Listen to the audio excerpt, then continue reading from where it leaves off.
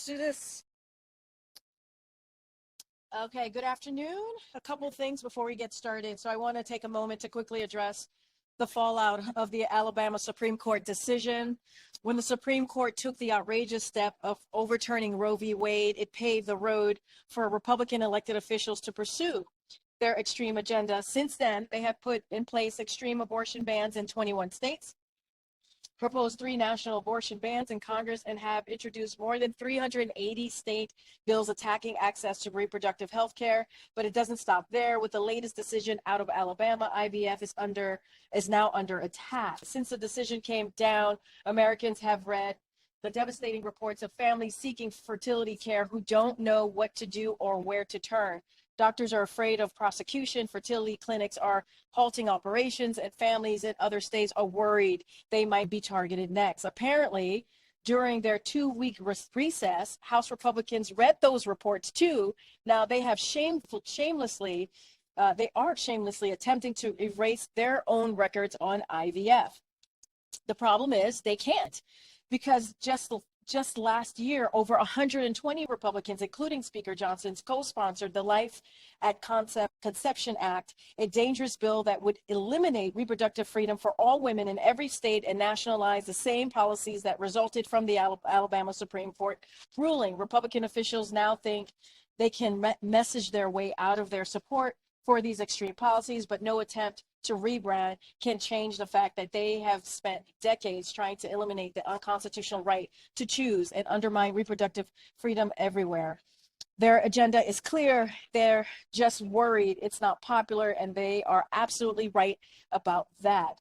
On Thursday, as you all know, President Biden will travel to Brownsville, Texas to meet with U.S. Border Patrol agents, law enforcement, and local leaders. He will discuss the urgent need to pass the Senate bipartisan border security agreement, the toughest and fairest set of reforms to secure the border in decades. He will reiterate his calls for congressional Republicans to stop playing politics and to provide the funding needed for additional U.S. Border Patrol agents, more asylum officers, fentanyl detection technology, and more.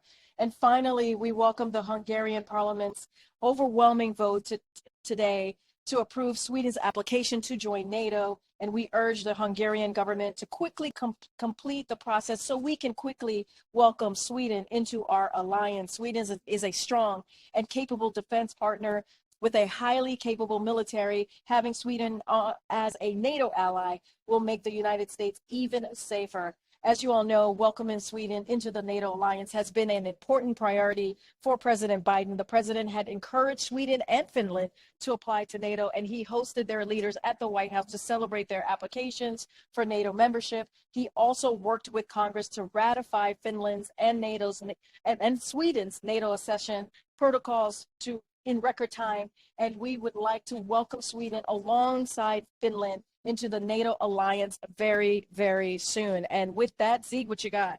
Thanks, Karine. We can start up with the Middle East hostage talks, ceasefire. Has the president been briefed on the updated state of negotiations, and what is the White House's level of optimism right now that a deal can be reached? Look, I don't have anything to share, any news to share at this time. Obviously, the president is regularly briefed on what's going on with those negotiations. It is a priority to move forward with a temporary ceasefire. As you've heard the president say himself, we want to make sure we get these hostages home, including the American hostages home. We want to make sure we get that all important humanitarian aid into Gaza. And again, I'll just reiterate what we've said over and over again, which is the national security supplemental needs to get passed. Obviously, it has in that supplemental, it has aid for Ukraine to make sure they have what they need to continue to fight against the aggression that Putin started 2 years ago, and has that humanitarian aid that Gaza so desperately need, has that assistance for Israel and Indo-Pacific as well. So it's important that that gets done. If that national security supplemental were to go on the floor of the House, it would get bipartisan support. We know this. We've heard from Republicans who have said this, and we're going to continue to push forward. And that is part of what the president's going to discuss with the Big Four tomorrow. Speaking of that meeting, just real quick, what is the president's idea of success coming out of that meeting? I mean, he's had these lawmakers over the White House previously and has not moved the ball on the supplemental. What is he hoping to get out of it tomorrow? We've done these types of meetings before, and it has moved the ball, right? As you know, with the deal as it relates to the budget, when we were dealing with the debt ceiling, it moved that. He was able to move that ball forward. Look, he was able to move the ball forward in the Senate to get a bipartisan negotiation on the border security deal. That was rejected, obviously, by Republicans because of the last president and President Trump, to be exact, and what he was able to do, obviously putting politics over the American people, but also what we were able to do on the Senate side is get removing the border security, was able to get a national security supplemental that passed out of the Senate 70-29. It passed out of the Senate. Now it needs to go to the House. So we have seen some movement. We have seen the president's leadership on this. Look, what the president wants to see is we want to make sure that the national security interests of the American people gets put first, right? It is not used as a political football, right? We want to make sure that gets done. And we also want to see that, that the government does not get shut down. It is a basic priority or duty of Congress is to keep the government open. So that's what the president wants to see. He'll have those conversations. Obviously not going to get ahead of the agenda for that the president's going to, of the president, what he's going to discuss. But these things are incredibly important. We come to things on Russia, if I may. Yeah, sure. The first is, can you confirm that the US and Germany were in talks with Russia for a prisoner swap involving Alexei Navalny before his death? I don't have anything to share on that. I'm not going to get into a private discussion. Obviously, when it comes to American hostages, we do everything that we can to make sure that we get them home safely to their family. You've seen the president be successful in doing that in the last 3 years. I'm not going to get into discussions. And secondly, on Russia's invasion of Ukraine, President Zelensky said at the weekend that 31,000 Ukrainian troops have been killed. There have been reports that the US has an estimate that's about double that. What's your Let me first say that we certainly mourn the loss of so many Ukrainians who have bravely fought to defend their freedom and independence as part of this brutal war that Russia launched unprovoked more obviously 2 years ago. I'm not going to speak to Ukrainian numbers. That's for them to speak to. I just don't have anything else to add to what Zelensky said. There's no independent US assessment of that? I don't have an independent assessment to speak to. I would refer you to the Ukrainian government. Karine, you referenced the president's trip to Texas Thursday. Can you give us a sense of whether he plans to unveil anything new in terms of an announcement or an executive order? He's been under pressure to do so from Republicans. So a couple of things there. As it relates to an executive action, we've been very clear. There is no executive action that would have done what the bipartisan Senate negotiation proposal could have done, right? That would have been a step forward in dealing with the challenges at the border, in dealing with policy changes, obviously, and in dealing with what is actually happening with the immigration system. And so no executive action could do that. And we've been very clear. We think that Republicans should get out of the way, not politicize this. This is an issue that the American people, majority of American people, care about. And so, what the president's going to do, he's going to go to the border, as I just mentioned, go to Texas, more specifically Bronzeville, and he's going to hear directly from the Border Patrol agents. He's going to see for himself to see what they've been doing on the ground. Remember, these Border Patrol agents have been doing everything that they can to secure the border with the resources that they have. They need more. And so you'll hear more from us on what that trip is going to look like. But again, no executive action would have been able to do what this bipartisan Senate negotiation that the president worked with Republicans and Democrats in the Senate for 4 months. And again, politics got in the way. And Republicans rejected it. But no new policy then on Thursday. I don't have anything to share at this time. We'll have more to share as we get closer to Thursday. But I just want to make sure that what would help is that bipartisan proposal that was agreed upon. It was the toughest and the fairest agreement that we have seen. And if it had been put into law, it would have made a difference.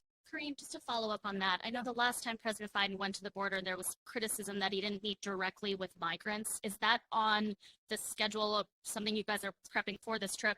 So look, we'll have more to share as we get closer to Thursday. Don't have anything for you at this time. Obviously, he's going to meet with frontline folks who work on the ground, including Border Patrol agents, hear directly from them, see also for himself what is it that they do every day to protect Americans, to secure the border. Again, they need more resources. Let's not forget that bipartisan proposal that came out of the Senate to deal with the border challenges, to deal with immigration, was approved by the Border Patrol Union. There was a Wall Street Journal editorial about it. There was the U.S. Chamber of Commerce supported that proposal.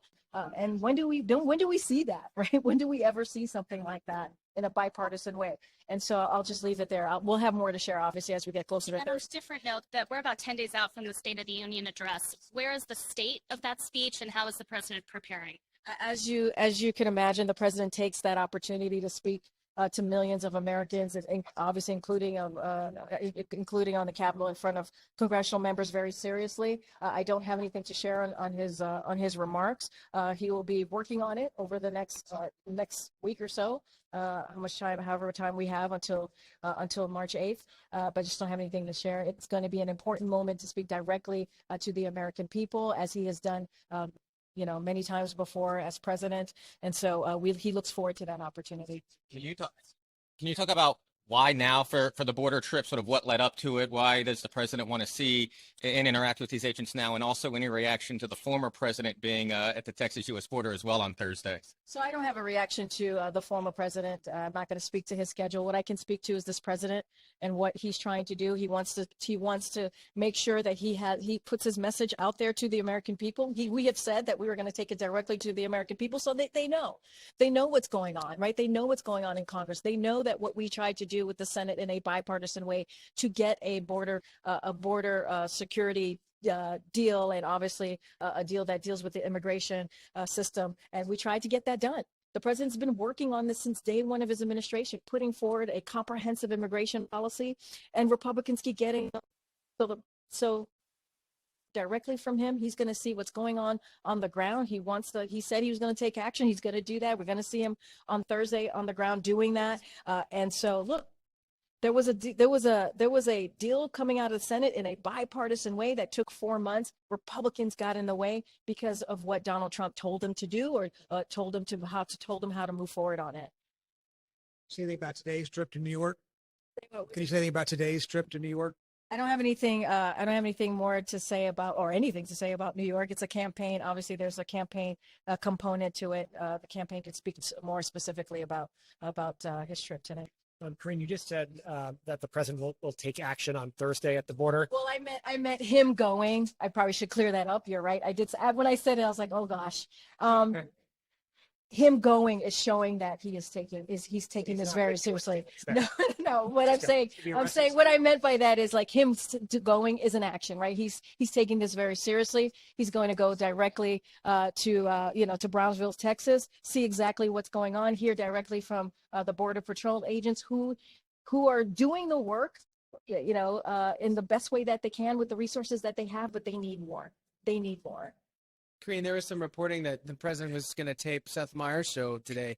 Is that a campaign event? Is that really not something you can confirm? I don't have anything on that. If we have more to share, certainly we'll. Because of protests that you don't want to share details about the president's schedule for your French protests? I don't have anything else to share on that. Comments on Friday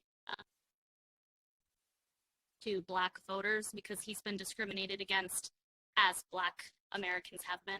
So as you know, I'm going to be really careful. He's a candidate as well, and he was speaking at a political event, and it's an election 2024, so I need to be really mindful. And then I think we have to sit down. So speaking separately, it is a repugnant and divisive. It is repugnant and divisive to traffic for stereotypes, effect of tearing all Americans down. And in any context, it is profane to compare the long, painful history of abuse been suffered by Black Americans to something totally different for self-serving purposes. President Joe Biden has been always very safe around our shared values about the rights and dignity of everyone. That's what the country needs to sake of all Americans, to unify in the sake of all Americans, not division for the sake of one person. I think that's all I got. Thank you. Thanks, guys. Thank you. Thanks, everybody. See you on the ground. Thanks.